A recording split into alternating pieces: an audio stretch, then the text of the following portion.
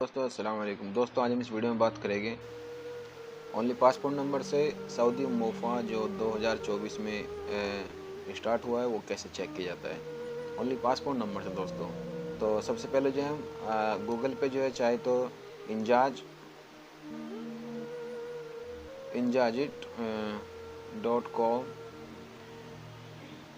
ठीक है, ये साइट जो हम टाइप कर लेंगे injazit.com.sa या फिर मेरी इसी वीडियो के डिस्क्रिप्शन में आप जाओगे, वहाँ पे क्लिक करोगे। जैसे क्लिक करोगे आप, जाने के बाद में आपके सामने ऑटोमेटिकली जो है ये ऑफिशियल साइट इंजाज की जो आपके सामने आ जाएगी।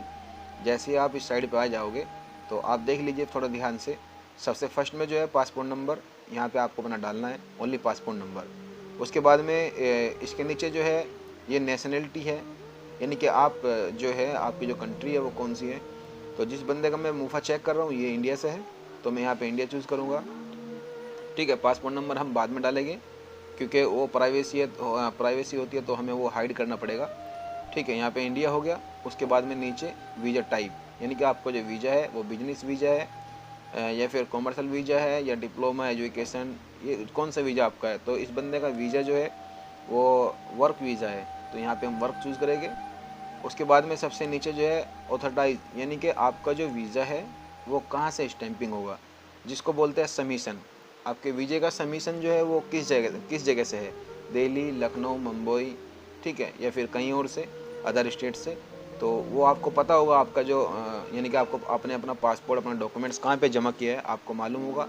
ठीक है, आप अपने एजेंट से पूछ भी सकते हो कि मेरा जो सबमिशन है वो किस जगह से होगा। तो इसका सबमिशन जो है भाई वो मुंबई से है, तो हम यहाँ पे मुंबई चूज़ करेंगे। ठीक है, उसके बाद में हमें यहाँ पे कैप्चर डालना होगा। पासपोर्ट नंबर अभी डालेंगे कैप्चर के बाद में 375961 ये हमने डिटेल्स के अंदर फिल कर लिए, आप देख सकते हो। ठीक है, अब हमें सबसे ऊपर जो है फर्स्ट में यहाँ पे पासपोर्ट नंबर डालना है, क्योंकि अब हम इसको जो है हाइड करेंगे, इसलिए मैंने पहले नहीं डाला था।